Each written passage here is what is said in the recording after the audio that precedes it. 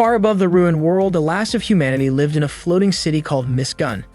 Kanata and the others attended school in the Sky Wizard Division. One day, Chloe met with Freya to deliver documents regarding Fireteam E601, a squad made up of lower-class students. The first member was Rico. Chloe asked if Rico had issues with delusions, but Freya told her not to question it and simply read the documents. Rico ranked near the bottom of the Sky Wizard Division. People even labeled her class as Class F due to their poor performance. The general public considered someone like her a failure, but Rico believed herself to be a goddess hero destined to save the world. Chloe noted that Rico's 3 requests for resubmission had been rejected, with the comment that instead of apologizing for missing tasks, Rico should have apologized for not completing her homework. The second member was Lekti. She was a girl who dreamed of becoming a sky wizard to protect the people of Miss Gun by fighting the demon beetles. Although she admitted the thought frightened her to the point of shivering, she found joy in the idea of protecting others. Lekti was seen as someone very responsible. However, Freyan commented that kind-hearted children were often the ones to fall first. Those without magic were fated to lose their memories after being killed by the beetles. That was why Lekti wanted to fight for those who had already lost everything. She was easily nervous and anxious, and her entrance exam results were poor. Still, Lekti came from a family known for their twin-blade magic sword style, and her sincerity could not be overlooked. She hoped her future as a sky wizard would shine brightly. The final member of Fireteam E601 was their leader, Miss Aura. In her very first semester during practice exams, she lost 57 times and never secured a single victory. In the following evaluations, she lost 10 more times without a single win. During her second semester, the losses continued and she was defeated 57 more times, bringing her record to 124 consecutive defeats. In short, Miss Aura was recommended to voluntarily withdraw from the academy. Chloe suspected that Miss Aura was struggling with obstacles she could not overcome. Rico, Lekti, and Miss Aura were considered the weakest group in Fireteam history, earning Fireteam E601 the title of the worst. Freyan asked Chloe to do something about them. Chloe admitted that it seemed normal instructors were not able to help. Freyan warned her that this was not just a request, but an order. As the head of the Sky Wizard Division, me and Chloe had no choice but to accept. Meanwhile, Lloyd spotted Kanata in the storage room and asked what he was doing.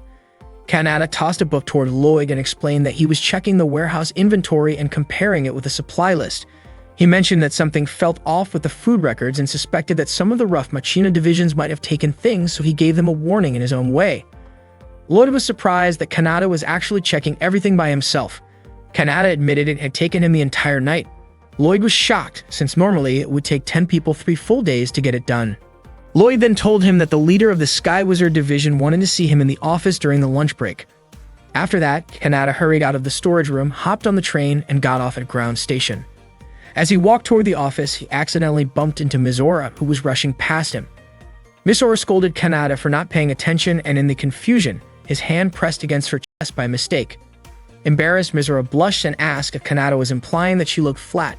Kanata did not deny it, which made Miss Aura even more upset, and she called him disgusting. To make things worse, the bread with jam Miss Aura had been eating spilled onto Kanata's pants. Miss Aura looked disappointed because her breakfast was ruined, and she demanded that Kanata owed her for it. Kanata found it strange since his pants were now stained with jam, and he thought she should be the one apologizing. Miss Aura explained that she had barely slept, so she was in a hurry, eating on the way just to make it to practice on time. As Kanata stood up, the bread slid off his pants. Miss Aura, still annoyed, shouted for help and told people that there was a creep nearby. But when she turned back, Kanata had already disappeared. At that moment, Kanata was busy trying to wash the jam off his pants, but the red stain looked hard to remove. He then noticed Rico smiling at her own reflection in the glass window of a nearby building. Curious, Kanata wondered what she was doing.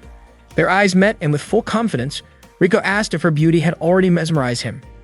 Kanata dismissed it as just another one of her eccentric habits. Rico teased him back, calling him a stalker, and Kanata replied that she was simply weird. Rico proudly claimed to be the reincarnation of a goddess, which explained her beauty. She warned Kanata not to fall in love with her, saying that the only person allowed to adore such beauty was Rico herself. Kanata dryly suggested she should take a break from admiring herself and use that time for training instead. He noticed the uniform she wore and recognized it as the Sky Wizard student uniform. Rico told him that she disliked exhausting activities like training, especially those that made her sweat. Then Rico suddenly realized Kanata was standing there in only his underwear, and she was shocked. She accused him of being indecent and asked why he would even remove his pants after looking at her. Kanata explained that he had already taken them off earlier while trying to clean the jam stain. Riko, still flustered, was stunned that he had been walking around like that the whole time. She screamed, calling out to others and saying that there was a creep right in front of her. Once again, Kanata vanished before anyone could see him, running straight into the restroom to hide. Meanwhile, some female students in the changing room were chatting about rumors of a suspicious person wandering nearby.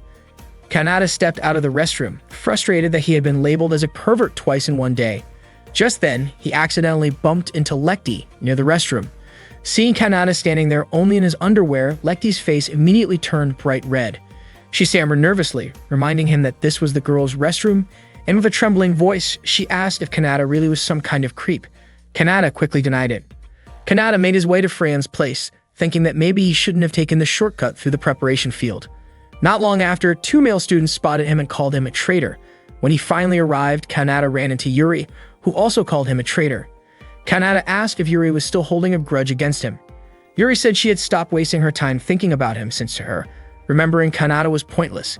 Even so, Kanata insisted that Yuri was still holding on to it. That annoyed Yuri so much that she almost lashed out at him, but Chloe quickly stepped in to hold her back. Yuri told Chloe to let her go, explaining that she wasn't carrying a grudge and she wasn't trying to start a fight. She claimed she was simply stating facts, but Kanata still treated it like a grudge. Frustrated, Yuri stormed off and 2 male students nearby laughed at the scene. Chloe warned Kanata not to act that way, since it could make Yuri angry, but Kanata admitted he actually hoped she would get even angrier with him. Chloe questioned why he would think like that. Kanata explained that Yuri had joined because she wanted to be with him, and he was sure she was still hurt. Since Yuri had never been good at controlling her emotions, maybe it was better if she let them out once in a while. That incident had happened more than 6 months ago. At the time, Yuri had been unconscious and never witnessed it herself, and Kanata had also been badly injured. He said that the only person who ever comes out of battle without a scratch is someone who doesn't have the skill to be there in the first place. Chloe admitted she felt responsible for what had happened, so she offered Kanata a good deal. Seeing Chloe smile as she said it, Kanata was convinced that it meant trouble. Chloe brushed off his suspicion, saying she trusted the leader of the Sky Wizard Division. Chloe then led Kanata to meet Freyan. Freyan called him a traitor who still dared to show his face. Kanata admitted he hadn't actually planned to come, but Chloe suddenly smacked him lightly to shut him up. Freyan explained she hadn't called Kanata there to lecture him. Instead, she wanted him to take responsibility and become the instructor for Fireteam E601.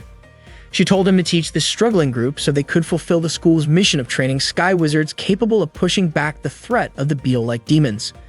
Kanata wondered why it had to be him, when there were plenty of others available. Chloe explained that everyone else was already assigned for the season, and besides, she personally wanted Kanata to do it. She said she knew how hard he worked behind the scenes, like helping out with logistics when nobody was watching. Kanata agreed to at least read the file, but when he looked at it, he was shocked to see how terrible Fireteam E601's results were. Meanwhile, the members of Fireteam E601 were having a discussion. Miss Aura suggested they start training, but Riko refused, saying that a goddess like her didn't need practice. Miss Aura scolded Riko, accusing her of going against her authority as the team leader. Just then, Lekti looked nervous as she tried to speak up. She said something had happened to her earlier that morning. At the same time, Kanata was walking through the school corridor. Other students who passed by recognized him. Everyone knew he was from the regular division, and most of them considered him a traitor. They wished he would just stay away from them. But to their surprise, Kanata casually asked them where the Fireteam E601 room was. The students mocked the group, calling them losers. Back with the team, Lekti admitted she had run into someone unsettling earlier that morning. Riko said the same thing had happened to her. And then Mizora added that she too had met a creepy person who had spilled bread and jam on his own pants, which she found disgusting and humiliating to even recall. Instead of solving the mystery, Riko and Mizora started arguing, and Lekti tried her best to calm them down. Not long after, Kanata entered their room. He introduced himself as the instructor of Fireteam E601, explaining that he was a second-year student in the regular Sky Wizard Division and that he was 17 years old. Mizora immediately recognized the name and labeled him a traitor. Riko said she had also heard about him, while Lekti was confused and asked if Mizora really knew him. Mizora confirmed it, calling Kanata both a well-known traitor and someone suspicious. Riko and Lekti agreed with her, convinced he was the same unsettling person they had all run into. The three of them instantly activated their weapons and pointed them at Kanata. Kanata stood there, baffled at why they were calling him that. For context, Miss Gun was a floating city dedicated to training Sky Wizards. It hovered about 3,000 meters above sea level, with a population of around 6,000 people. About 90% of them were wizards like Kanata and the others. A long time ago, humanity was forced to abandon Earth because the land had been overrun by armored insect-like demons. People moved to floating cities to continue their lives, and the city came to be known as Miss Gun. Riko considered herself to be a star in Miss Gun.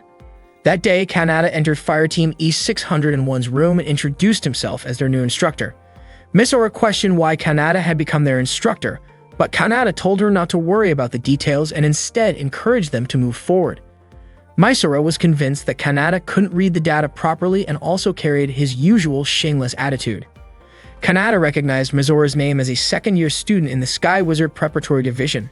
She was 14 years old, her class performance grade was D, her practical training grade was E, and the review report even recommended that she voluntarily withdraw from the academy. Misora argued that her abilities couldn't be measured by test results alone, but Kanata didn't seem to believe her. Misora blushed under his gaze, unable to stand it any longer, and quickly walked away. Riko remarked that Misora was just a low-level student, which explained her poor grades. She then tried to introduce herself to Kanata, but he already knew about her. Riko was also a second-year student in the Sky Wizard Preparatory Division with an A in classroom grades. However, because she missed her homework, her practical training grade was marked as an F. Normally, E was the lowest grade, but for some reason, Riko had received an F. Riko admitted that she couldn't leave her hair messy, so she had skipped it. Kanata then pointed out that Lekti was another second-year student in the Sky Wizard Preparatory Division with equally poor grades that rivaled Mizora's. Her practical exam results were unstable, as she would win and lose against the same opponents. Hearing this, Lekti felt guilty and apologized. Just as Kanata was about to begin teaching, Mizora voiced her objection, saying she didn't want a so-called traitor instructing them. Lekti, confused, asked why Kanata was being called a traitor. Misora explained that about 6 months earlier, Kanata had fought against several insect demons and managed to escape unharmed.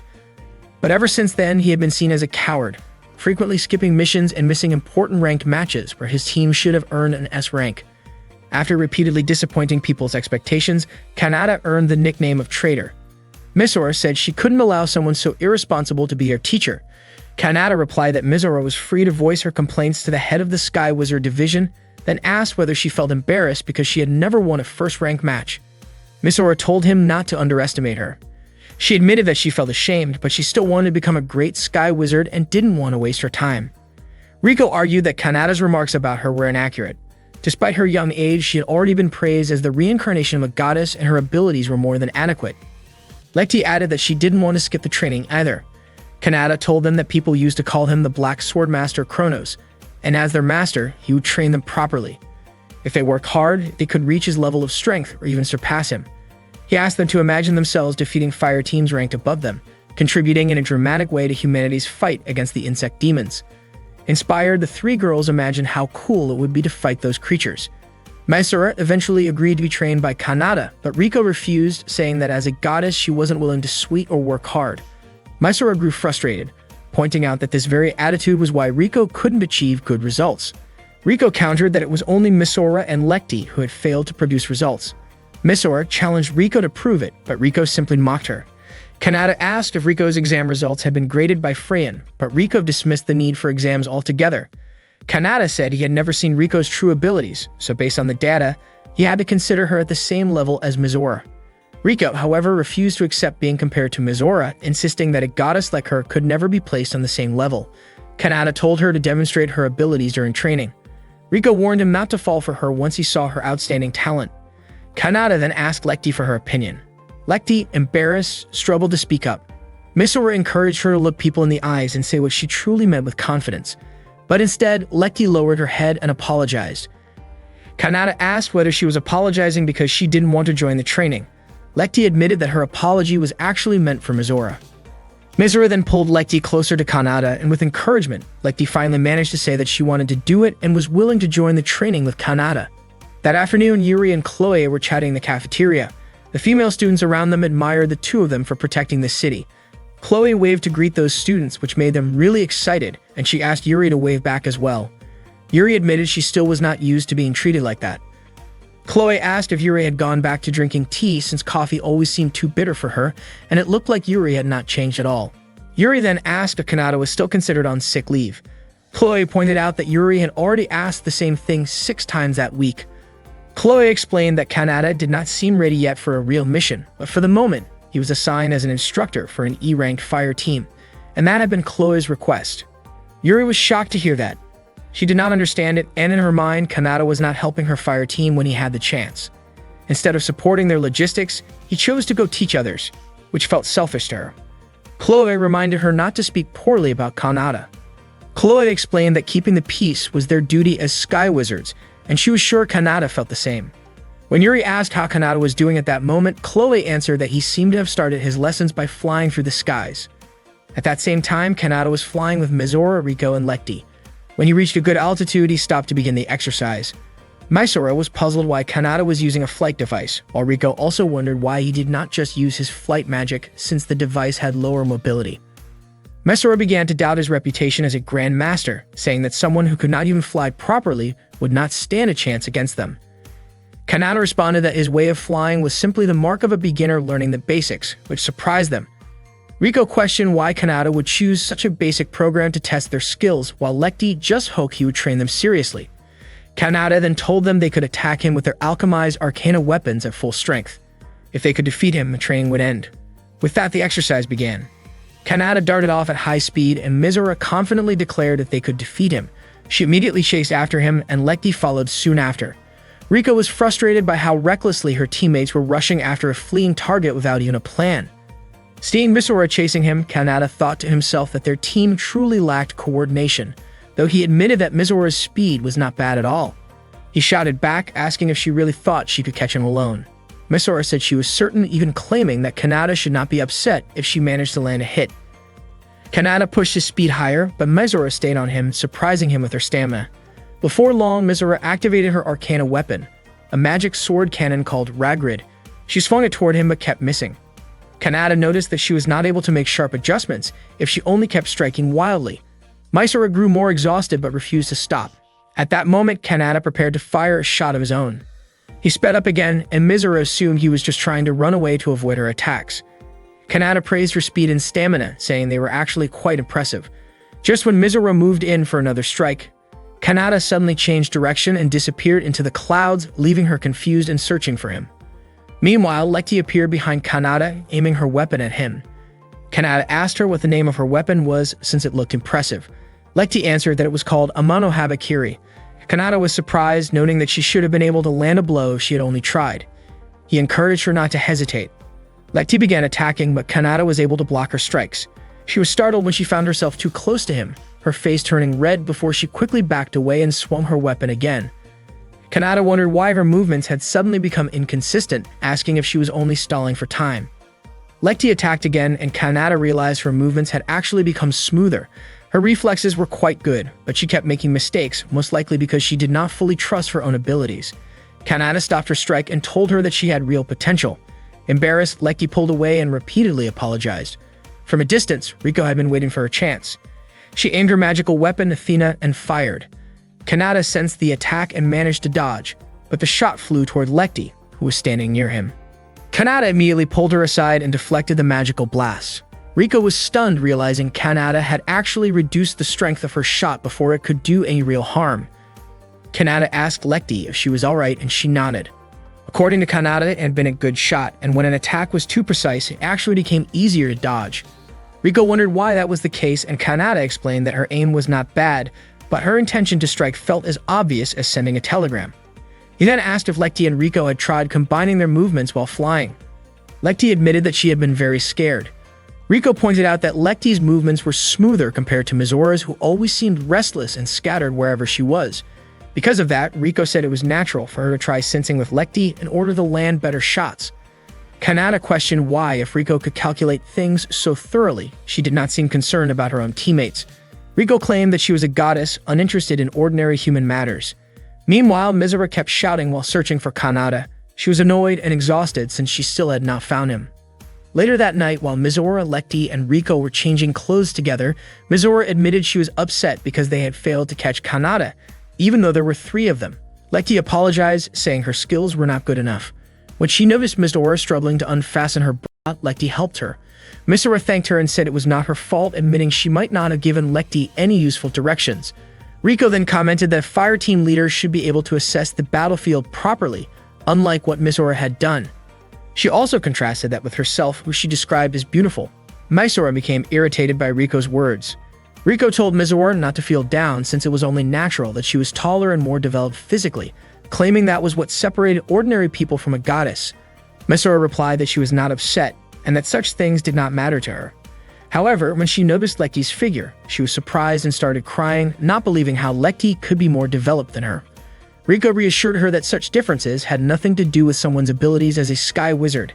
Misora was touched by her words, but at the same time, seeing both Riko and Lecty made her feel uneasy. What bothered her even more was when Riko playfully described Misora's body in a mocking way, which made Misora scold her. Lecty quickly tried to calm both of them down. Kanata had realized that Misora had a hot temper and often lost sight of her surroundings, while Lecty's lack of confidence caused problems whenever she faced enemies. Riko, on the other hand, was the complete opposite of Lecty, but the distance between her and her teammates was too wide. To Kanata, they were like puzzle pieces shaped oddly, but he thought it would be amusing if he could somehow fit them together. Riko, however, refused to accept Misora as the leader of the fire team since as a goddess, she did not want to be under Misora's command. Misora argued that she was the one who had started the fire team, so it was her responsibility to lead. Riko countered that being first in line did not automatically earn respect. At that moment, Lecty tried her best to calm the two of them down as they argued. Soon after, Kanata opened the door to the changing room to announce the next stage of their training.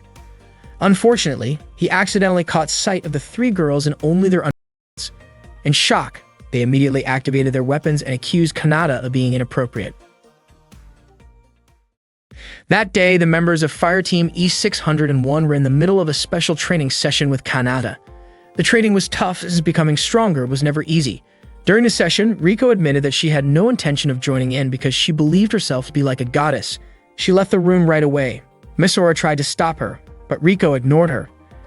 Kanata told them to let Riko be on her own, then asked Misora and Lecty if they were ready for the special training. Both Misora and Lecty agreed to continue. Later that day, Kanata brought Lecty to a clothing store. With her face turning red, Lecty said that she had finished changing into the outfit Kanata had chosen. When Kanata pulled open the curtain of the changing booth, Lecty was startled. Kanata wondered why she was so embarrassed since she actually looked beautiful in the maid outfit. Lecty asked if it was really necessary to spend their fire team's budget on a maid costume. Kanata explained that the outfit was important for their training. Before leaving the shop, he told Lecty that her task for the day was to hand out flyers while wearing the maid outfit. Lecty was shocked, but she had no choice but to do it. That afternoon, Lecty began her task. When two students walked by, she tried to call out to them, but she couldn't bring herself to speak clearly. The students thought she was acting strange and walked away. Not long after, 3 male students came over. They were stunned to see her dressed as a maid and quickly surrounded her. The flyers scattered to the ground and Lecty politely encouraged them to take one. The students happily picked up the discount coupons and thanked her. Lecty was surprised that she had actually managed to hand them out. Meanwhile, Kanata asked Misora to find out Riko's weaknesses. According to him, everyone had at least 2 weak points, and even if Riko tried to act calm, there was a chance she had some surprising vulnerabilities. Misora seemed reluctant about this request. Even though she didn't get along with Riko, she didn't want to lower herself to spying. Suddenly, Kanata covered her mouth because he had noticed Riko walking nearby. In the process, he accidentally touched her chest and quickly apologized, saying he hadn't realized it. Misora was offended, especially when Kanata's words made it sound like he hadn't noticed anything because she was too small. Kanata urged her to stop arguing and follow Riko. That day, Riko went shopping for clothes. Through the reflection in the store's glass, she noticed Misora tailing her. She immediately approached and asked what Misora was doing. Misora was shocked that Riko had caught on so easily and wondered if she had some kind of special ability. Then Misora realized her reflection in the glass had given her away. Riko asked if Misora had feelings for her. Misora was at a loss for words and couldn't come up with an excuse. Riko told her she needed to shop, but Misora insisted she wanted to join her. Suspicious, Riko pinched Misora's cheek, worried that maybe someone had cast an illusion spell on her, since it was strange for Misora to suddenly want to spend time with her. Still, she allowed Misora to tag along. Elsewhere, Kanata was drinking coffee outside when Lecty approached and handed him a flyer. He asked if she had completed her task. Lecty admitted that at first she had been extremely nervous, but afterwards she managed to gain a little courage. Kanata then told her it was time for the second step, asking her to start working at the cafe. He walked away while Lecty insisted she couldn't possibly do it. Suddenly, several customers called her over to take their orders. With so many people waiting, Lekti panicked and shouted out for Kanada's help, saying she couldn't handle it on her own. That same afternoon, a young man named Real was walking while looking at his tablet, mumbling that most of the armored insects seemed to come from the Arcanar class. Without realizing it, he bumped into Yuri, who was carrying a drink. She immediately apologized as the drink spilled, soaking Real's pants. Feeling extremely guilty, Yuri apologized over and over. She quickly knelt down, trying to wipe off the spill. The stain didn't seem to go away, and Yuri grew flustered, unsure what else to do. To her surprise, Real's heart raced as he watched her, his face turning red. Yuri apologized again, worried the drink might leave a permanent stain on his clothes. Just then, Riko took the handkerchief from her, saying she could handle it herself. A moment later, Chloe called out to Yuri. Real told her not to worry and urged her to go meet Chloe. Yuri apologized one more time before leaving in a hurry. Real watched her go and only then realized he was still holding on to her handkerchief. That afternoon, Riko went to a bookstore and bought a philosophy book. Mizora asked if Riko was really sure about buying it since the book looked boring. Riko thought Mizora probably didn't understand the joy of pursuing truth yet, and she even called Mizora a child. Mizora admitted it when she was told that. Then Riko invited Mizora to the next store. Mizora didn't expect that Riko still hadn't finished shopping. After that, they went to a doll shop. Riko absolutely loved the sheep doll she found and hugged it right away. Mizora had only just discovered that Riko liked cute things. Riko looked embarrassed and quickly took the shopping item from Mizora's hands.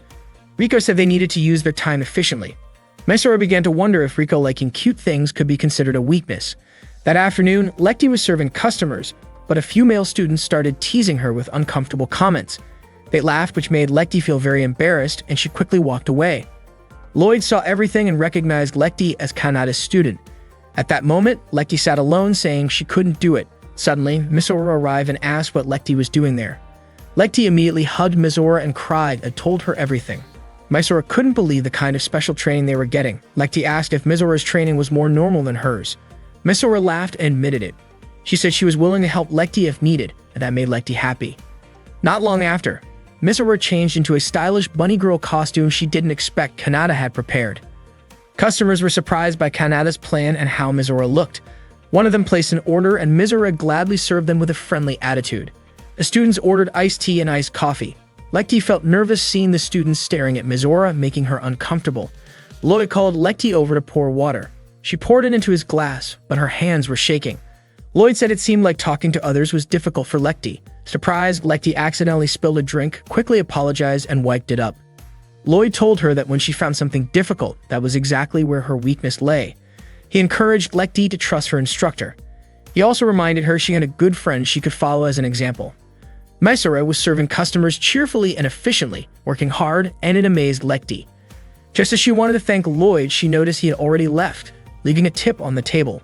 Soon after, another customer called her, and Lekti prepared herself to work as hard as Mizora. Freyon saw the group of male students and asked Chloe what was happening. At that time, Mizora and Lekti were working smoothly and confidently. Lekti even looked more enthusiastic than before, to the point that Mizora asked what happened to her. Lekti admitted she felt more motivated because of Mizora. Mizora didn't quite understand what she meant, but she was happy to hear it. Seeing them, Freyon commented on how impressive the two waitresses were and even looked forward to what Kanada planned to do next. That evening, Mizora and Lekti met with Kanada. Mizora questioned the kind of training Kanada had been giving them and asked Lekti to voice her concerns. Lekti asked if Kanada knew about her social anxiety, and Mizora was surprised by her question. Kanada explained that Lekti's sword style was the Art Eisenach, a twin magic sword style created by the master swordsman Albert Eisenach. Lekti was shocked Kanada knew about her family. According to Kanada, only those who had gone through strict training and proven their true skills could carry the Eisenach name. If during yesterday's fight Lekti had looked into Kanada's eyes, it would have been a much more interesting match. Unfortunately, she couldn't do it, so she wasn't able to show her true ability. Lekti admitted she couldn't make eye contact or go to places where many people were watching her. She would get nervous and fail to do things properly. She confessed that she hated that side of herself. Kanada told Lekti not to worry about it because no one was ever completely satisfied with themselves. He gently patted her head and explained that at that moment, Lekti already knew what she needed, and the rest was simply about trying her best to improve. Lekti smiled, her face turning red, while Mizora also patted her head and encouraged her. Lekti felt so grateful to Mizora because thanks to her support, she was able to push herself harder. Kanada then asked Mizora how she had handled the training he gave her. Misora admitted that she had failed because she could not figure out Riko's weaknesses. She says she was surprised to learn that Riko actually read difficult philosophy books, even though she also enjoyed funny and lighthearted things. Kanata praised her, saying she had made progress, and then went to buy some ice cream. Misora wondered why Kanata said that when in her own eyes she had only failed. Soon after, Kanata gave the ice cream to Lekti and Misora as a reward for their hard work. Both of them happily ate it and really enjoyed it. Misora admitted that she did not know much about Riko, let alone her weaknesses, and she had not even realized that Lekti had stage fright. Because of this, she felt like she had failed as the leader of the fire team. Kanata reassured her by saying that she had learned something through the experience, and that itself was progress. He then asked Lekti to try the same kind of training she had done that day, and she agreed. Misora also agreed to keep observing Riko, but Kanata explained that the purpose of the training that day was to make Misora realize her own weaknesses. Overcoming those weaknesses, however, required a completely different kind of training, and he wondered whether he had failed to make that clear to her. Misora grew frustrated and, without meaning to, dropped her ice cream on the ground. She then cried over her ice cream being wasted. That night, Kanata was sitting in front of his computer when Chloe suddenly floated up behind him. However, Kanata had already noticed her presence and scolded her for entering the boys' dorm at night. Chloe simply smiled, saying she only wanted to do what she used to do in the past. Her eyes then wandered to a photo of Misora, the rabbit-eared girl, displayed on Kanata's computer. Kanata explained that Misora's reserve of magical power was greater than most rank of wizards, but unfortunately she was terrible with the sword, which made her waste much of her potential. Chloe then asked what Kanata planned to do in order to teach her. The next day, Kanata met with the members of Fire Team E601 and asked Misora to stop focusing on the magical sword cannon formation. Instead, he suggested she should position herself to support the magic cannon from mid-range because she had no natural talent for swordsmanship, while her flight magic and magical reserves were far more impressive. Kanata said his goal was simply to make the best use of her abilities. Misora refused to do that, saying she did not care, and even if it could make her stronger, she would not change her path. Kanata told her to stop being selfish, since the magical sword cannon was unbalanced, outdated, and too difficult for a beginner to handle. Misora denied being selfish, saying she was simply doing her best, but still rejected the idea of moving away from the sword cannon style. Kanata said that no matter how hard she tried, putting effort into the same approach would only produce the same results. Misora realized she had misjudged him, since she thought Kanata might have been a capable instructor. In her eyes, Kanata clearly did not understand her at all, so it was better if he stopped telling her what to do. Frustrated, Misora stormed out of the room. Seeing this, Lekti immediately ran after her.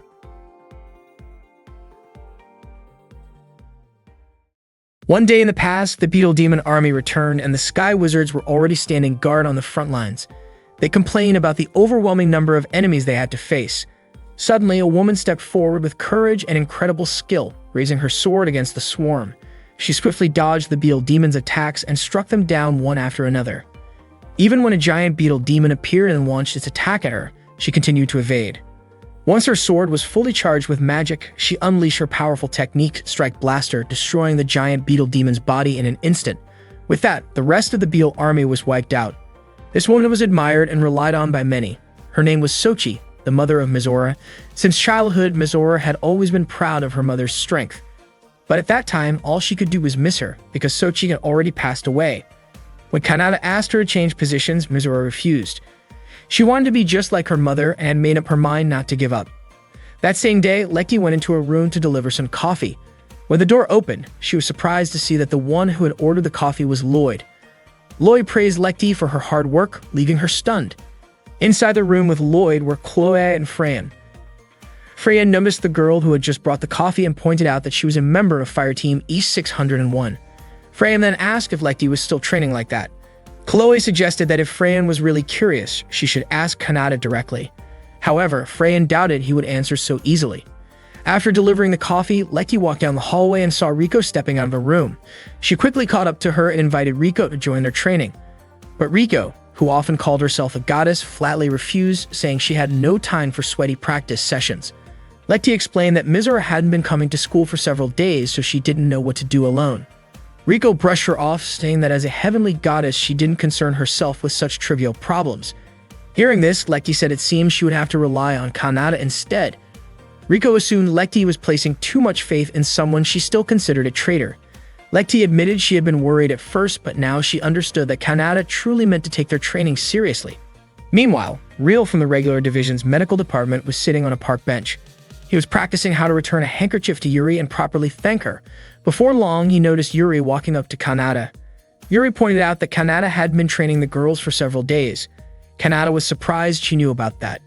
Yuri explained that it was obvious since Fire Team E-601 hadn't been assigned to practice in the airspace, and it was easy for her to notice. Kanata responded that maybe it was better that way. Yuri grew frustrated, pointing out that Kanata was the only one on the special fire team with free time, and she worried that he might betray Fire Team E-601 too. Kanata said he needed to head home since he didn't have time to spare. Yuri insisted their talk wasn't over, but Kanata still left. Real, who had witnessed everything, started trembling and accidentally dropped the handkerchief without realizing it. Later that afternoon, Kanata visited a small cafe looking for Mizora. As soon as he walked in, the shop owner greeted him. Kanata explained that he wasn't there as a customer. Mizora, surprised, asked what he was doing at the cafe. Kanata was relieved to see that she was safe. Mizora, however, expressed her irritation toward him. The cafe owner immediately scolded her for being rude to a guest. Mizora told her father not to interfere with her business. Kanata was surprised to find out that the cafe owner was actually Mizora's father, Gail, since the two didn't look very much alike.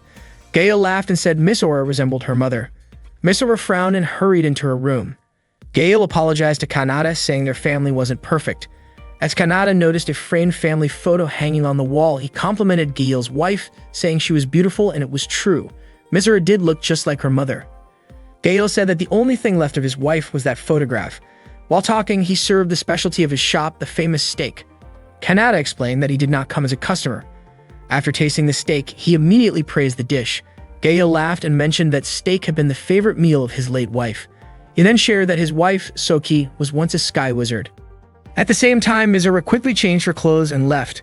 Gail talked about how Mizora had been skipping school for several days, but he admitted he could not bring himself to scold her. He asked Kanata if he knew what was going on with Mizora.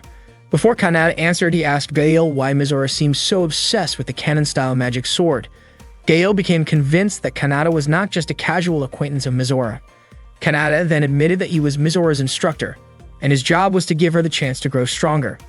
Gail explained that people used to call Sochi the greatest canon-style magic swordswoman in the floating city where they once lived, but one day, Sochi left for a mission and never returned.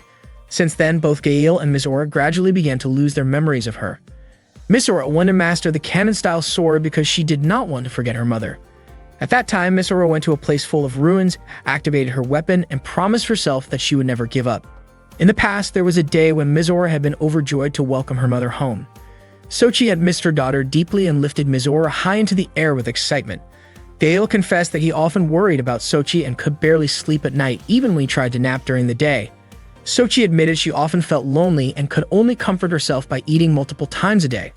Their reunion was filled with warmth, and soon Mizora found herself happily standing between her parents again. When Mizora asked her to stop, Sochi playfully teased her daughter. Not long after, the neighbors gathered and mentioned that they had watched a live broadcast of Sochi in action. They praised her for destroying an entire army of Beal demons and expressed their gratitude since, thanks to her, their city of Iris remained safe. Mizora felt a strong sense of pride in her mother's abilities. When they returned home, Gail cooked steak for breakfast, but Mizora thought the dish was too heavy for the morning meal. Meanwhile, Sochi had trouble managing house chores and even flooded their home while trying to do laundry. Mizora was surprised at how poorly her mother estimated the water level. When Sochi tried cleaning, she accidentally damaged the wall. Mizora scolded her out of frustration. Soon after, information arrived that a group of Arcanar and Chimera-class beetles had begun to attack. Sochi immediately prepared to leave. She said her farewells and got ready to head into battle. Mizora felt heartbroken, since they had only just been reunited. Her face showed such sadness that Sochi almost could not bear to leave. Gail gently patted Mizora's head to comfort her. Mizora then asked her mother to be careful while working. From that day, Mizora continued waiting for her mother's return. When Sochi finally came home, Mizora was overwhelmed with emotion, cried tears of relief, and hugged her mother tightly, as if she never wanted to be apart again. That night, Sochi took Mizora flying with her.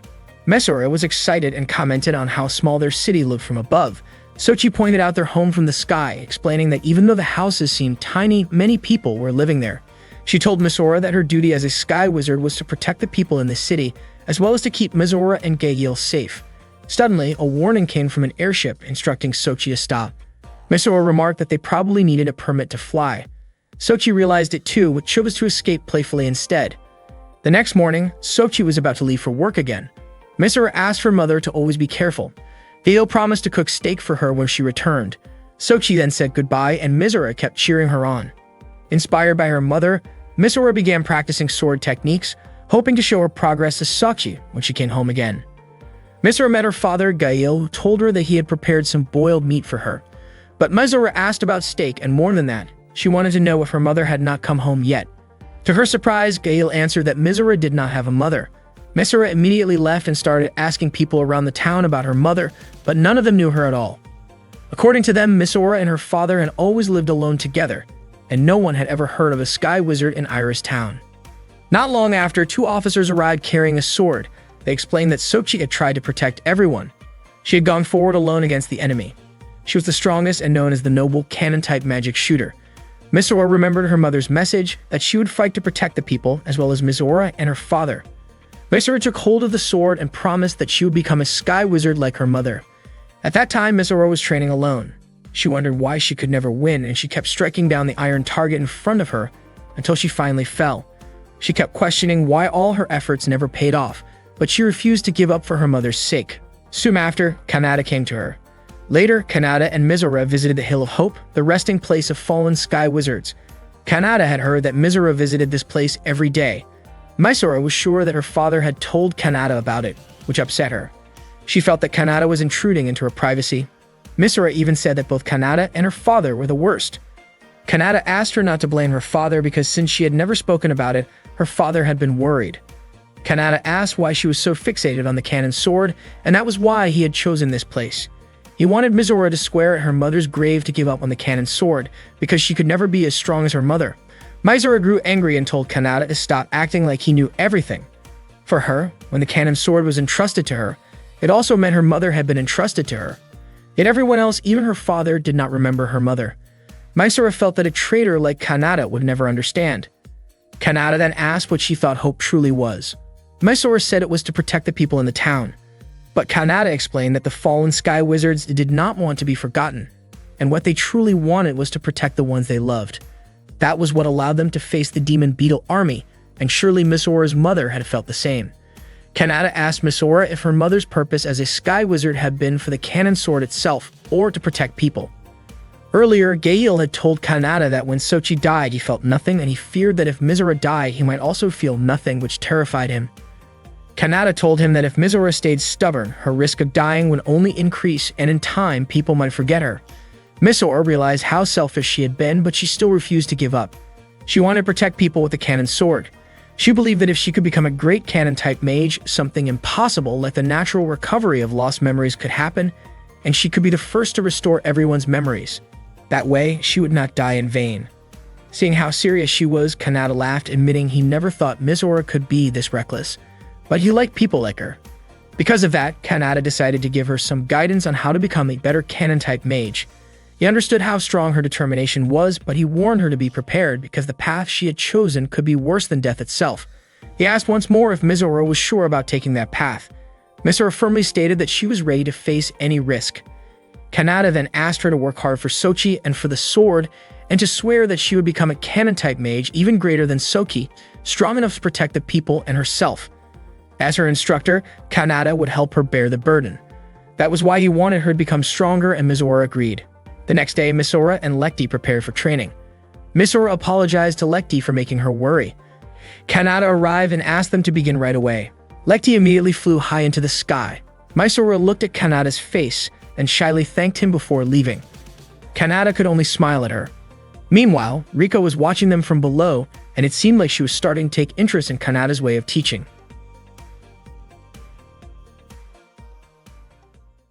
While Kanata was training Fireteam E601, he learned more about each member's strengths. Lekti's Eisenach twin sword style was extremely powerful, allowing her to fight with two blades at once. Meanwhile, Misora's cannon-style magic sword could strike down nearby enemies from a long distance, an incredible weapon, though one that wasn't easy to master. That morning, Riko was enjoying her dream when Freyan's voice woke her up. Riko sat up, saying Freyan had disturbed her sleep. She complained that a goddess like herself was tied down by meaningless school rules. After that, Riko got out of bed, took a shower, and prepared for school. At lunchtime, some students chose to sit far from Kanata, calling him a traitor. Kanata was eating with Lloyd, who admitted he was impressed by him. Kanata was surprised to hear such words from Lloyd. Then Yuri appeared, wondering why Lloyd didn't ask Kanata how he could stand tall as someone hated throughout Miss Gun. Kanata ignored Yuri and told Lloyd about their upcoming opponent instead. Feeling brushed off, Yuri commented that the fire team Kanata was training was too weak to even start a proper fight, and since they also had a so-called traitor, she believed there was no way Kanata could win. Kanata responded by saying it was actually a good thing, since his team wouldn't feel extra pressure that way. Irritated, Yuri asked if that was the kind of excuse losers made and wondered what kind of teaching Kanata was giving them. Kanata replied that his fire team simply had a better chance of winning this way. Hearing that, Yuri was reminded of when they once fought together against beetle-like demons. She hoped Kanata hadn't changed completely. Yuri left and Lloyd followed her to try and comfort her. Not long after, Riko arrived, commenting that she was surprised at how much Kanata could eat. She then shared that while showering earlier, she had seen something beautiful. Kanata wondered if she had seen a ghost or something similar. Riko smiled and explained that the beauty she saw was none other than herself in the mirror. She thought that no one in the world could be as beautiful as she was. Kanata laughed and said Riko was truly amusing. When she was younger, Riko had been mocked by her friends for being so full of herself, calling her as beautiful as a goddess. Curious, Riko asked Kanata what documents he was reading. Kanata explained that they were about Fire Team E571, the team that would be E601's next opponents. Its members included Ami, Shayla, and Beach. Kanata said that if Lekti and Mizora could complete their training, and they might have a chance to fight properly. Riko, however, admitted she had no intention of training with Kanata. He told her to do as she wished. Riko believed that a goddess like her didn't need to work hard or sweat for anything. Meanwhile, Lekti and Mizora were in the changing room. They were taking turns applying patches on each other's backs, since their training had become increasingly intense. Mizora admitted that the training was paying off as she could feel her skills gradually improving. She was confident that under such circumstances, they might have a chance in the next match. Still, there were things that worried them. Not long after, Kanata called out to ask if they were done changing. Surprised, Mizora accused him of acting like a creep, but Kanata calmly said he wasn't interested in peeking at kids. He told them he wanted to treat them to ice cream as a reward for their hard work. Afterwards, Mizora and Lekti went to see Riko. Mizora directly asked her to join their training. She didn't want to be called a loser anymore. She didn't want to keep losing, and more importantly, she wanted them to face things together. Riko reminded them that Lekti had already asked her before, and her answer was still the same. Riko said that as a goddess, she had nothing to gain from training. Lekti disagreed, believing that Kanata would definitely teach Riko something valuable. Mizora, though reluctant to admit it, agreed that Kanata had the ability to make them stronger. Riko then remembered what Lekti had said about Kanata truly caring about them, as well as Kanata's own words telling her to do whatever she liked. She said that since Kanata wasn't trying to train her directly, she saw no reason to participate in training. Mizora pleaded with her, saying that even if Riko didn't join the training, she still wanted her to fight alongside them in the match. Riko admitted that she wasn't interested in embarrassing herself by joining the match because she knew she would definitely lose. Lekti didn't expect Riko to say that, and Mizora even kneeled in front of Riko, asking her to join their match. Suddenly, Kanata appeared and pulled Mizora up to her feet, surprised by what she was doing. Meanwhile, Frayn informed Chloe that the D-ranked fire team had weakened during patrol. At that time, a Chimera had appeared, and Frayn was determined not to let it get close to Miss Gun, since they were commanders of the small beetle-type fiends. Chloe told her not to worry because handling that situation was the responsibility of the special fire team. Frayn then asked about Kanata's fire team, pointing out that the popularity ranking match was coming soon. She had already asked earlier about Fire Team E601. Back with Kanata, he released Mizora and explained that Riko would never refuse to act unless she had something on her mind. He said that fighting when you already knew you would lose wasn't exactly cool, but complaining about not even trying was definitely not his style. Riko was shocked and told him that he knew nothing about her. Kanata gently patted Mizora's head and said that was why he would leave the key to victory in her hands. The next morning, Riko once again dreamed about her childhood, when she used to chase after Frayn but could never catch up. She woke up hugging her stuffed toy, upset that she had fallen into the same nightmare again. Still feeling sleepy, she went off to school. That day, Yuri was practicing with her staff while Real watched her from afar using binoculars. He couldn't believe that someone as beautiful as Yuri was associating with Kanata, the so-called traitor. Real was convinced that Kanata must have deceived her. Riko spotted Real and called him a sneaky stalker, which startled him so much that he immediately ran away. Up in the sky, Kanata and Mizora had already begun training. Kanata demonstrated a move to her, then activated his weapon known as the Gladius, a destructive sword used as a chronos. Mysora was amazed by it. Kanata pulled the trigger on his sword, releasing a burst of magical energy that caused a massive explosion. He called it the Sword Magic Cannon Battle Art Strike Blaster, and this was the technique Mysora needed to learn. Mysora couldn't believe she was about to practice such a powerful move. Kanata warned her not to release too much magical energy all at once. He instructed her to concentrate her magic within her body and channel it into her sword. He admitted honestly that her swordsmanship and shooting skills were still amateur, but that didn't bother him. That was exactly why he wanted to teach her the fundamentals and guide her through this technique. Kanata assisted her in performing the move, and Mysora asked if this was truly her key to victory. Kanata explained that her strongest asset was her vast magical capacity, which allowed her to pour everything into one decisive shot. A single strike that could decide the battle. That was their only plan. He then gave her the signal to fire. Mysora launched the Striker Blaster and was thrilled when she succeeded. But soon she realized just how heavy the burden of channeling that much magical power was, and she wondered why Kanata looked so calm about it. Kanata explained that he had added this training to regular cannon practice, but reminded her that she could only manage 3 shots per day. Mysora noticed that Kanata seemed to be showing signs of magical exhaustion. Kanata gently patted her head again, explaining that the move was meant to clear the path for her and her teammates to advance. Mysora, flustered, grew annoyed at him for putting his hand on her head and demanded that he remove it. Meanwhile, Riko was quietly observing them from below. She was convinced that with Mizora's hidden strength, the tide of the battle could definitely turn around. At that moment, Lekti was also practicing her twin sword magic against Kanata.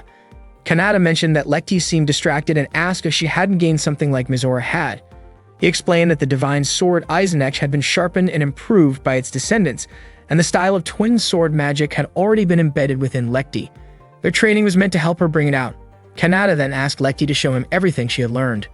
With enthusiasm, Lekti demonstrated her skills, but unfortunately, she couldn't land a single hit on Kanata. Still, Kanata pointed out that she had made significant progress, especially with her ability to deliver a straight strike without hesitation. Lekti admitted that she only felt panic but not nervous. Kanata gently patted her head and told her she had done well. At that moment, Lekti's face turned red with embarrassment. Riko wondered if Kanata really needed to touch the girls so casually. She noticed that Mizora and Lekti had both gotten stronger, and she questioned whether she could reach their level if she also trained under him. Suddenly, Kanata disappeared from her sight, and she grew curious about where he had gone. To her surprise, he appeared right behind her. Shocked, Riko asked why he was standing there. Kanata asked if she needed Mizora and Lekti to activate her clairvoyance. Riko admitted it, surprised that Kanata knew about her ability. Kanata explained that clairvoyance was one of the highest-ranked detection skills, which allowed Riko to observe from a distance. Riko asked if the movement Kanata had taught Mizora was what he considered the key to victory, and he confirmed it. Riko pointed out that if Mizora could master it, she would be strong, but the move itself wouldn't work in a real match without someone holding the front line and another guarding the rear. Kanata agreed, adding that Riko's ability to see quickly was the most vital element for their fire team. Her skill involved identifying, analyzing, being aware of the battlefield, and making decisions. According to Kanata, Lekti and Mizora were more valuable than Riko's clairvoyance. Riko questioned why he only mentioned Mizora as the key to victory. Kanata then clarified that the true key to victory was Mizora, Lekti, and Riko together. Riko denied it, reminding him that he had never pushed her to train or shown any real interest in her. Kanata admitted that he was simply waiting for Mizora and Lekti to catch up, while Riko already possessed a gift that could be called divine. Only then did Riko begin to understand his perspective. She was stunned when Kanata told her that he truly needed and wanted her as part of the team. Her face turned bright red and she couldn't understand why he said that to her. Kanata explained that he could help her train in strategy, but the most important thing was her determination to win. He asked if she wanted to be called a loser for the rest of her life or not. It was entirely her choice. Riko thought deeply before making her decision. Meanwhile, Mizora and Lekti were flying together. Mizora mentioned that she didn't see Riko in the fire team's room, and Lekti wondered if Riko had really skipped the training. Unexpectedly, Riko appeared before them. She explained that she had pushed through difficulties just to make it to training, and she didn't expect Mizora and Lekti to keep her waiting. Both Mizora and Lekti were surprised that Riko had actually shown up. Kanata thought to himself that the key to victory had just arrived right on time. The day of the match finally came. Fireteam E601 was set to face Fireteam E571. The members of E571 arrogantly claimed that defeating E601 would be easy and even boasted about preparing a victory party in advance. Misora refused to accept being looked down on like that. Riko remarked that they had the attitude of people who always belittled others, and Misora quickly pointed out that Riko behaved that way too. Lecty admitted she felt very nervous. Kanata encouraged them, and Fireteam E601 prepared to begin their match. But suddenly, an alarm went off announcing that a swarm of beetle-like demon forces was approaching Miss Gun. All D-ranked fire teams were ordered to prepare for a surprise attack. At that moment, the beetle demons were flying toward the city.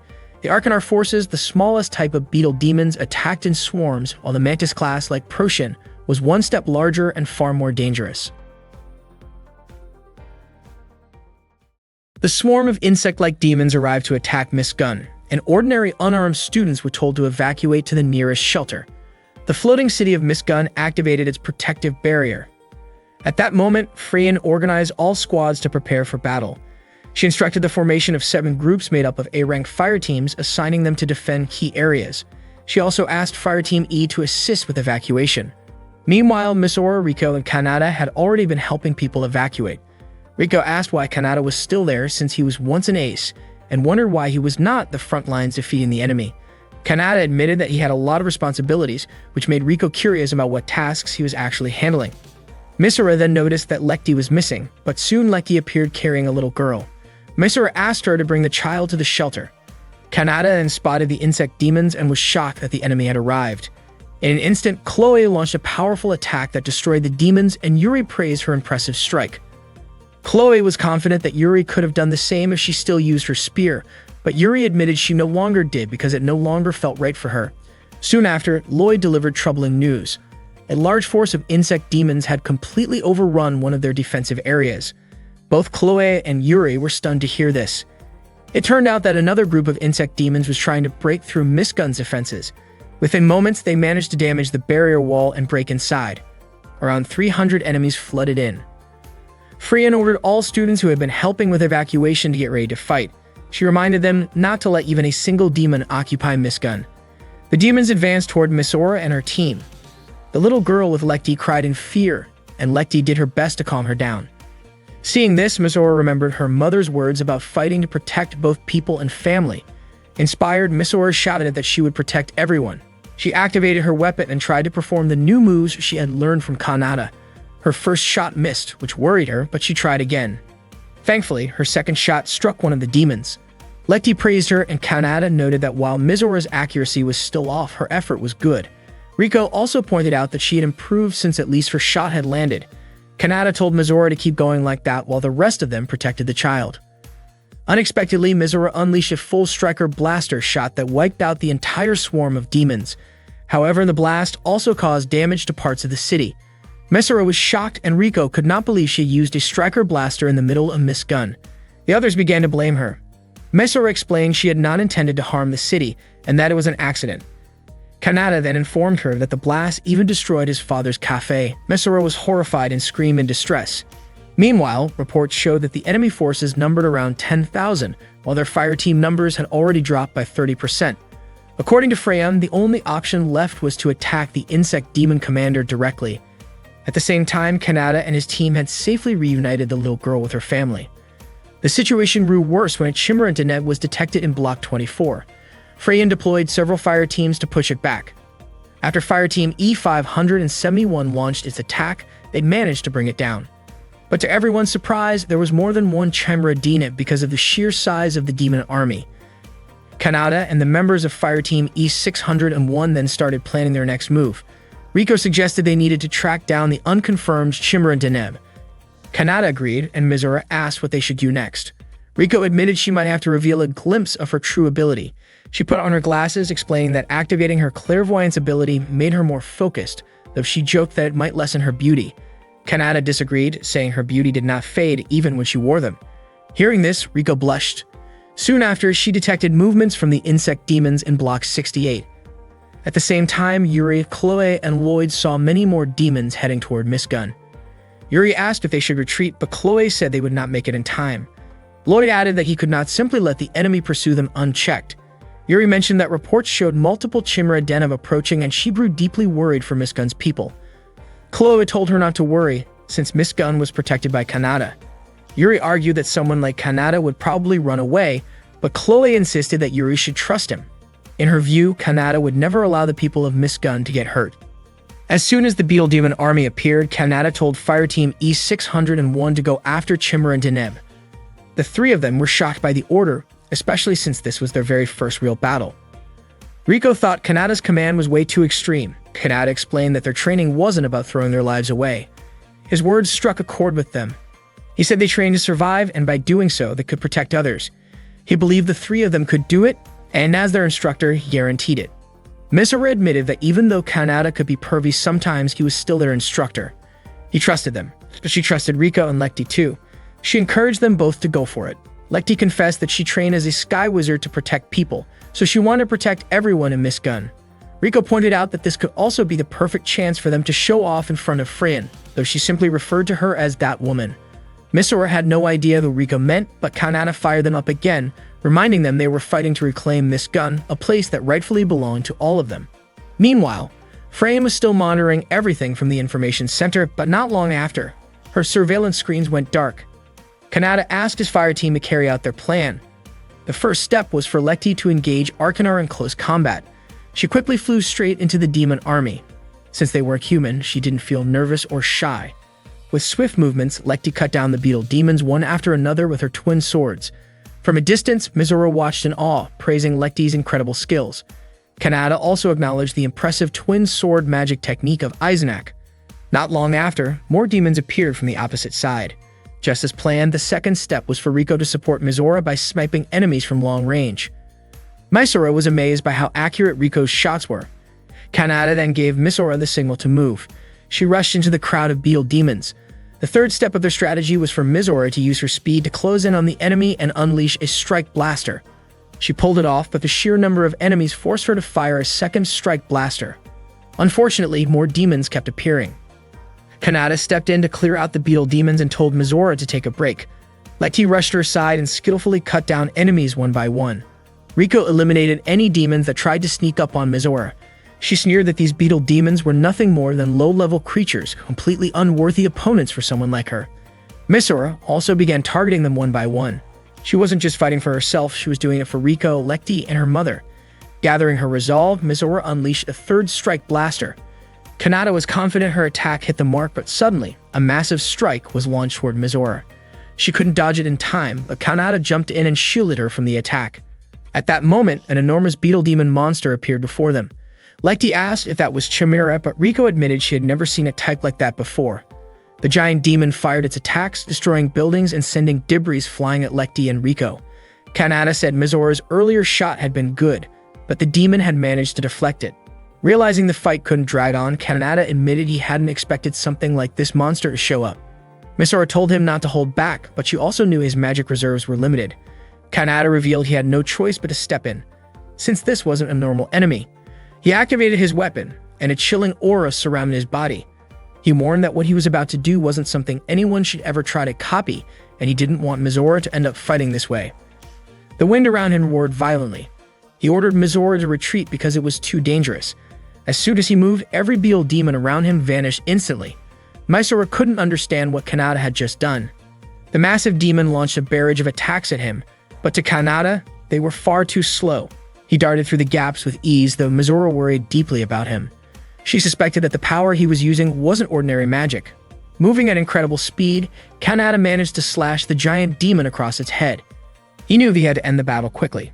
He soared high into the sky just as the demon began charging another massive attack aimed right at him. Misora panicked and begged him to get away, but Kanata declared that the fight would end when he decided to unleash his full strength. He then fired his own strike blaster, detonating the giant demon in an explosion so massive that Misora had never seen anything like it before. Lekti and Rico managed to escape from the rubble, and Rico asked if the giant beetle demon had been defeated. Kanata's powerless body fell downward, and Misora, Rico, and Lekti quickly ran to catch him. From a distance, Lloyd and Yuri witnessed the explosion. Lloyd believed that someone had managed to pull it off. Yuri did not understand who Lloyd was referring to. Chloe smiled and said it was the work of someone Yuri admired. Hearing that, Yuri's face turned red. Meanwhile, Freyan received a report that the Arcanar beetle demon had withdrawn from Miss Gun's airspace and the situation was safe again. She was surprised that the unknown Chimera had been defeated, but she had no idea who was responsible. At that moment, Rio rushed over to check if Kanata was alright, when suddenly something fell from above. It looked like the eye of a monster. Kanata was still weak, and Misora and Lekti were terrified at the thought of losing him. Not long after, Kanata stood up again, relieved to see the sky above Miss Gun clear once more.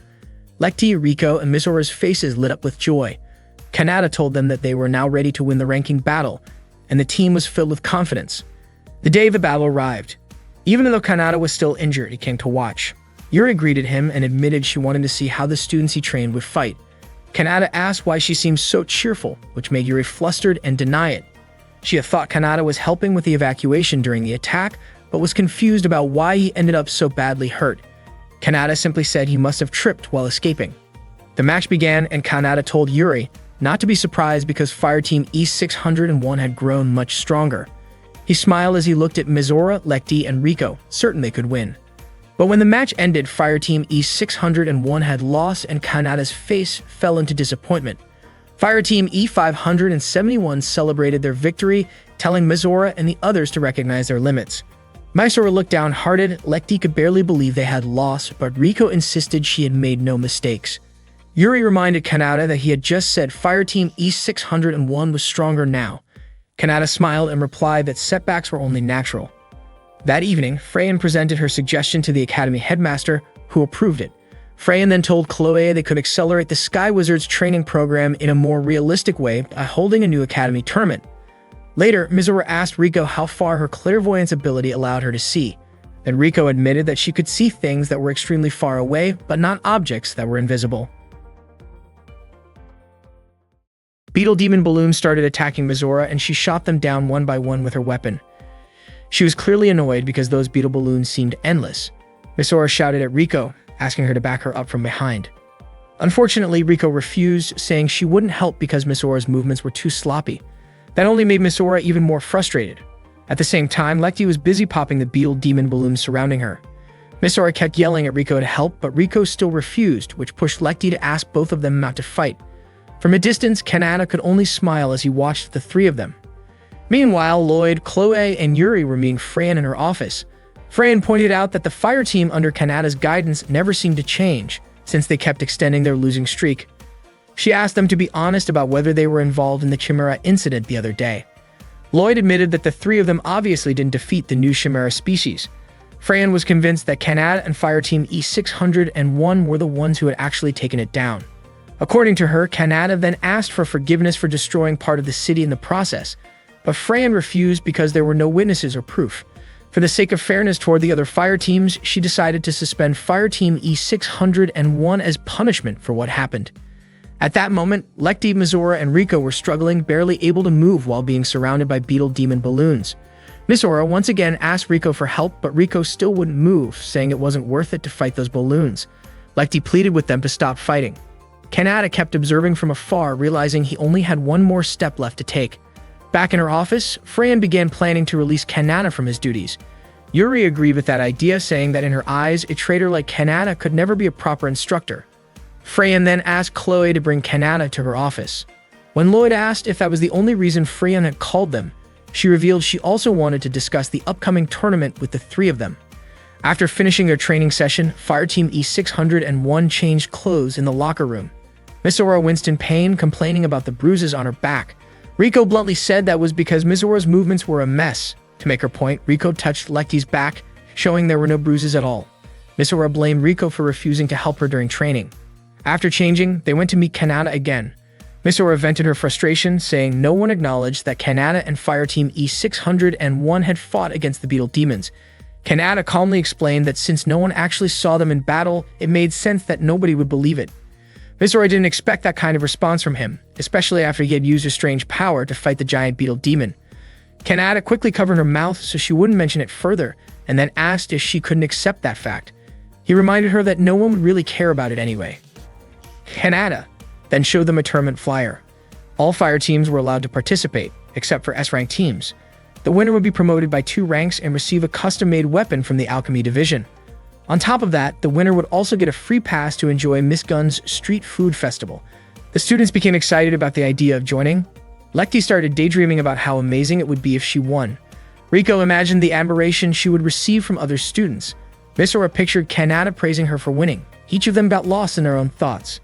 Kanata then asked what they thought about entering the Miss Gun tournament. Lecty admitted it seemed impossible for them to win, but Misora was determined that they had to at least try. Lecty hoped they could at least win one match, and Rico agreed to participate. With that, Kanata decided Fireteam E601 would enter the Miss Gun tournament, and he would handle the application form. Suddenly, Chloe showed up and told Kanata that Freyan wanted to see him. Unexpectedly, Freyan dismissed Kanata from his position. She believed he couldn't make progress and only kept extending Fireteam E601's losing record, especially after that morning when the team members were fighting among themselves. Kanata noted that it seemed Freyan had been watching them closely. Freyan said suspending Fireteam E601 made sense, since they clearly lacked motivation, and that was the real reason behind their repeated losses. Kanata firmly declared that he was the instructor of Fireteam E601 and had sworn to make them respected Sky Wizards. Freyan doubted that, saying a traitor could never accomplish such a thing. Even though Chloe recommended Kanata, the final decision remained in Freyan's hands. Misora declared that she didn't care if the decision was Freyan's, because in her eyes, only Kanata could truly help Fireteam E601 grow. Freyan, however, couldn't understand what the other Fireteam members saw in him. Kanata believed that if Fireteam E601 managed to win the Miss Gun tournament, then everyone else would finally accept their existence.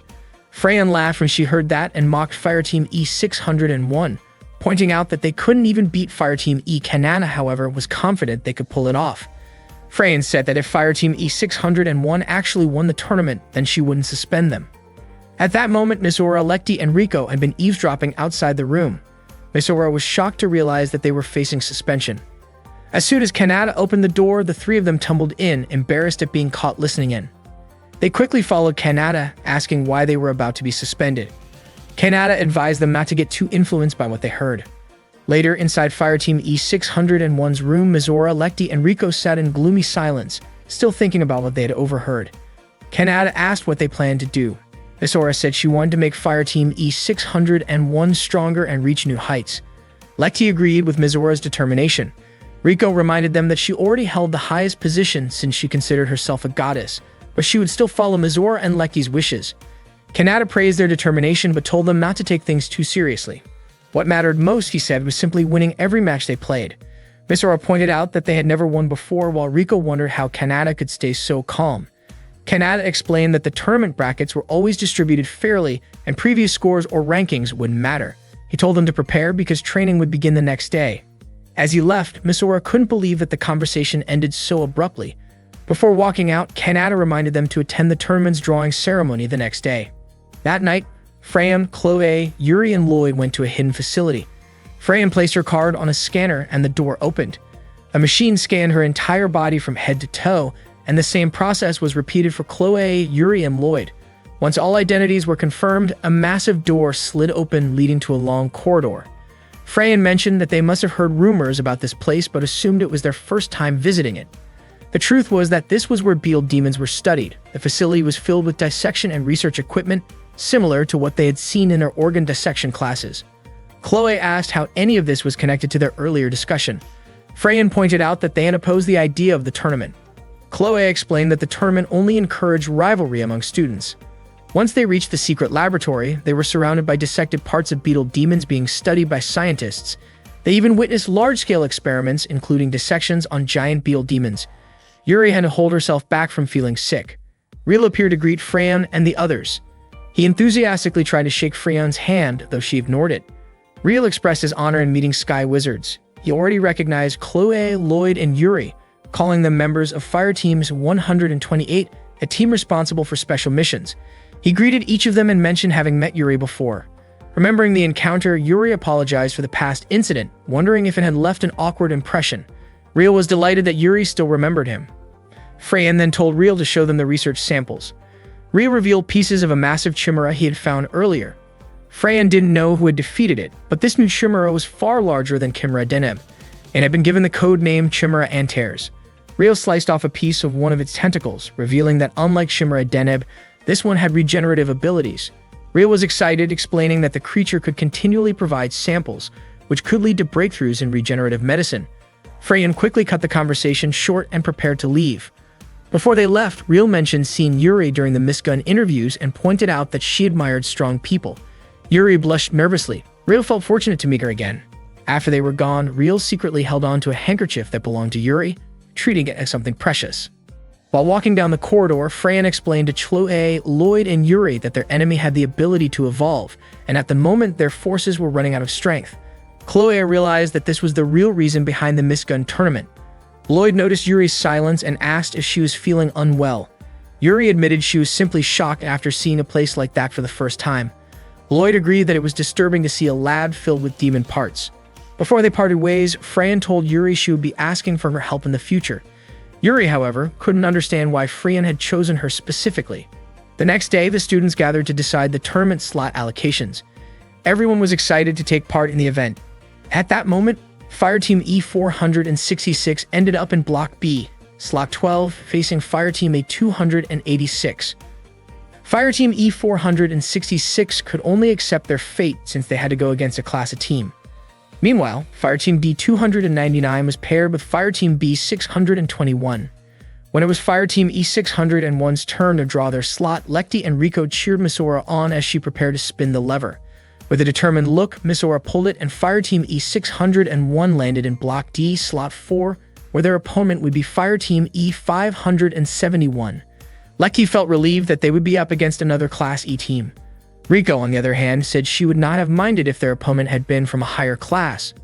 Not long after, Kanata arrived and asked about the results of the slot drawing.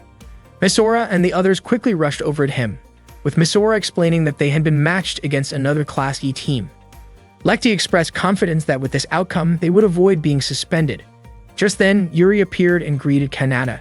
Kanata was surprised, wondering aloud since S-rank wizards were not supposed to participate.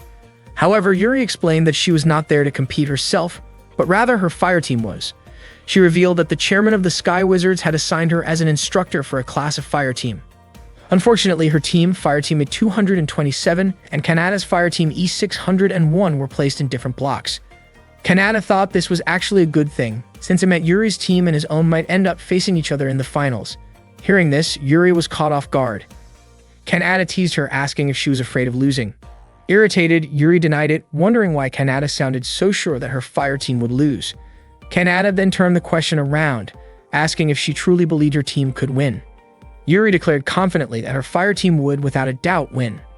Kanata replied that if his team came out victorious, then Yuri would have to join his fire team. Annoyed, Yuri said there might be countless possibilities in the world, but she still accepted his challenge. With visible frustration, she left. Misora and the others then asked Kanata why he had said something like that. Kanata explained that it was part of an agreement he had made with the chairman of the Sky Wizards.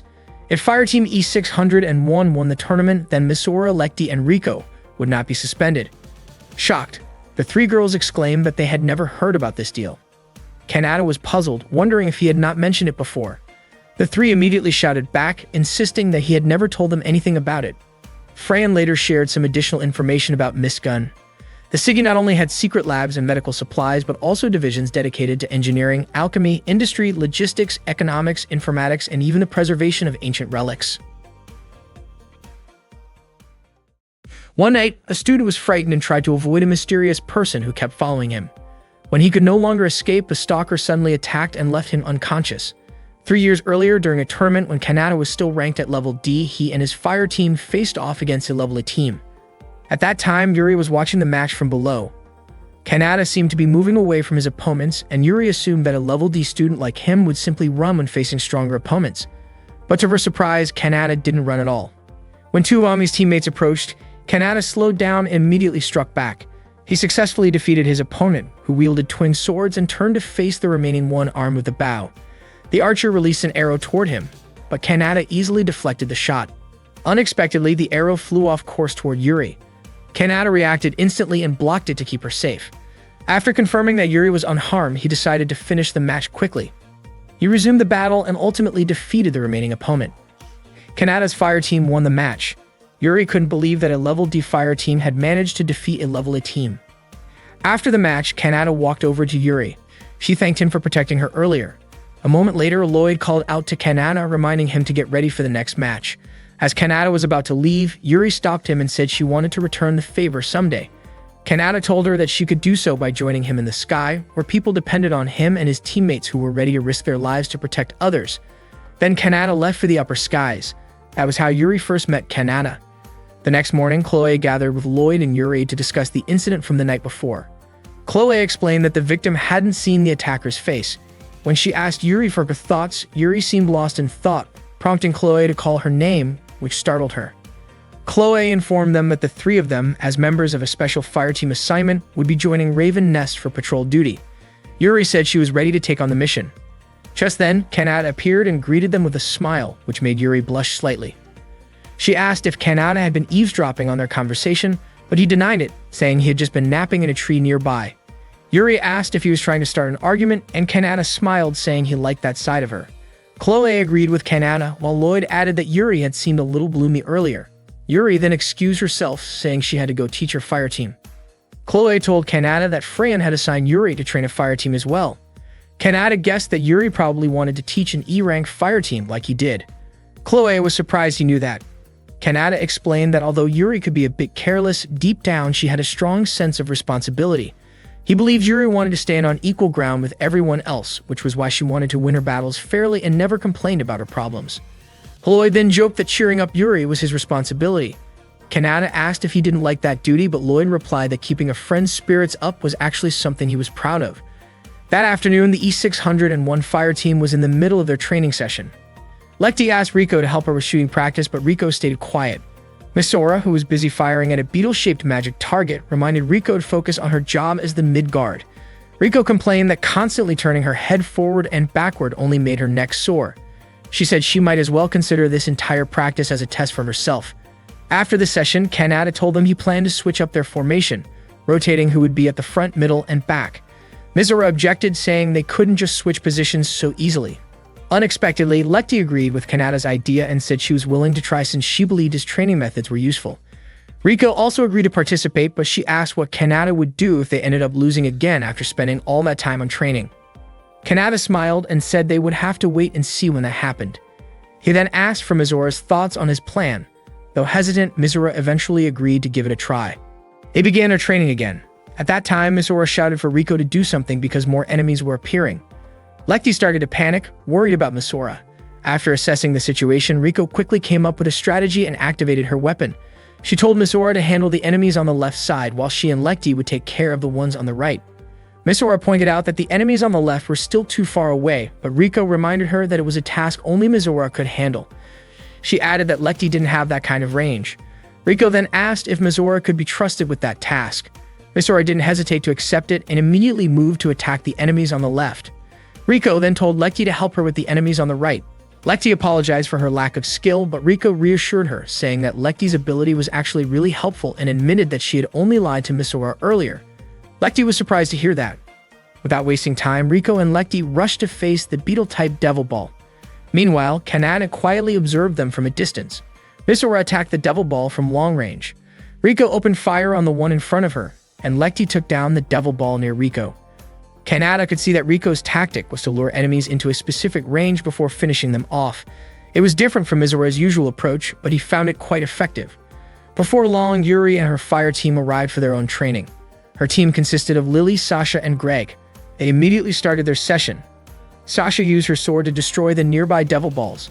When more of them began surrounding her, Greg used his bow to assist her from behind. Lily told them to hold their position, then fired her weapon for long-range support. Mizora and her teammates could only watch. Not long after, Yuri's fire team successfully completed their training. Yuri then reminded Kanata and his team to get ready for the upcoming tournament. Mizora felt insecure and asked whether their fire team E601 could really win against a team like that. Kanata told her not to take it too seriously. According to him, if Mizora, Lekti, and Riko wanted to become strong fighters, the answer was already within them. To defeat a team like Yuri's, they needed to develop a proper technique. Kanata smiled confidently, clearly believing that Fireteam E601 had the potential to win. After the training session, Kanata gently massaged Riko's shoulders as a reward for finishing the day's drills. Meanwhile, Lekti and Mizora were resting, looking exhausted in the locker room. Riko then asked why Kanata was being so kind to her that day. Kanata said it was because Riko and the others had achieved something special. Riko asked if he wasn't the one who planned everything. Kanata replied that it seemed to him Riko was the one most concerned about Lekti and Mizora. Rico was surprised and asked what he meant. Kanata explained that since Rico was always watching over Lekti and Misora, it made her someone capable of guiding them when needed. He added that people like her were often considered kind and dependable. Rico was taken aback and told him that saying things like that wouldn't make her fall in love with him. Kanata simply said that it was up to Misora and Lekti to decide whether they thought Rico was a good person or not. Later that afternoon, Yuri stopped Kanata on his way home and asked to speak with him privately as fellow instructors. Kanata said he also wanted to talk to her, which caught Yuri by surprise. She looked nervous as she met his gaze. What they didn't know was that Misora, Lekti, and Rico were secretly watching them from a distance. Misora wondered why Kanata was alone with Yuri. Rico was also surprised. She'd have thought Kanata went straight home, but apparently he had gone to meet Yuri instead. Misora wanted to follow them, thinking she might find some useful information about their potential rivals. That evening, Kanata and Yuri went to a nearby cafe. Kanata ordered a black coffee and Yuri ordered the same. Kanata suggested that Yuri didn't have to force herself to drink black coffee, but Yuri insisted that she genuinely liked it. Misora, Lekti, and Rico also happened to be sitting in the same cafe, keeping an eye on the two instructors. Misora kept watching Kanata and Yuri's table, while Lekti asked if Misora could hear their conversation. Misora said their voices were too quiet to make out, but Rico pointed out that their seats were actually pretty close to Kanata and Yuri. A moment later, the waiter brought their orders. Yuri stared at the cup of black coffee in front of her, and Kanata gently suggested that she should order something else instead, maybe a soda or some ice cream. Yuri refused, saying she liked black coffee and didn't need something as sweet as soda or ice cream. She said she had her own pride about it. Then, to prove her point, she poured in a generous amount of sugar and creamer before taking a sip. Kanata smiled and told her that she probably would have enjoyed a cafe late more, but Yuri insisted that she really did like coffee. Meanwhile, Misora mentioned that she had heard something about Yuri being in trouble. Rico added that Yuri was no longer using the spear she used to fight with. Lekti began to realize that it might be because Yuri was on a date. According to Rico, it seemed like Yuri was dating one of her teammates. Misora was shocked and couldn't believe what she just heard. She looked a bit down and Lekti noticed it, asking why Misora wasn't eating her cake. Misora said she didn't have an appetite and told Lekti to go ahead and eat it instead. Lekti happily thanked her, saying she needed a lot of sweets to keep her energy up. Still, Misora couldn't believe that Yuri was dating Kanata and that they were actually out together at that very moment. At that time, Kanata asked Yuri what she wanted to talk about. Yuri seemed nervous and told him to go first instead. Kanata asked if it was true that Yuri was interested in people stronger than her, just like what was written in the Miss Gun bulletin. Yuri paused for a moment, then denied it. Kanata said she shouldn't have said something like that in public, especially since she was usually quite shy. Yuri insisted that she wasn't a shy person, and that kind of thing didn't matter to her anymore. But Kanata said it did matter to him, because he genuinely cared about her. He also mentioned that the person stronger than her, the one she seemed interested in, was Clove. Yuri was caught off guard when she heard that. Kanata couldn't help but wonder if that was really the kind of person Yuri was. Feeling upset, Yuri stood up in front of him, frustrated that Kanata only wanted to talk about that. Kanata then reminded her that she was the one who asked to meet because she had something to say. Yuri then asked Kanata to quit being an instructor. In her view, even though everyone called him a traitor, Kanata still possessed unmatched strength, and she thought it was a waste for him to spend his time on the failed Fireteam E601. Kanata asked if that meant Yuri disliked his students. Yuri admitted it, saying that those so-called failures wouldn't last long in the academy anyway. Misora, who had been secretly listening, was clearly upset when she heard that. Kanata responded by saying that it was no different from how things were in the past with him and Chloe. He reminded Yuri that Chloe couldn't even fly properly back then and was once called a failure herself. Kanata said Misora and the others had real talent, and he was confident about it because he was their instructor. Misora was stunned by what she heard, while Yuri became visibly angry and decided to end the conversation. When Kanata tried to pay for the coffee, Yuri insisted that she would cover the bill since she was the one who invited him. But Kanata said he would also pay for someone else's order. It turned out he had realized that Misora and her friends had been following them. Misora told her friends that Kanata had noticed them, but Rico wasn't surprised at all. Kanata smiled as he looked in their direction. Later that afternoon, Chloe and Lloyd went to see Freyon to report new information about the recent incident. It turned out that all the victims so far were sky wizards who used close-range weapons. Freyon thought it might just be a coincidence, but Lloyd pointed out that the first victim was from Fireteam Class E, then the next from Class D, and the most recent attack had even reached Chloe's level. That meant the next target could be from Class B. That night, the mysterious attacker appeared again and ambushed a lower-ranked Sky Wizard. The culprit had the power to vanish and strike from behind. After defeating the victim, the attacker removed his mask, and it was revealed to be real. Riel had done all of it because he wanted to be acknowledged and chosen by Yuri.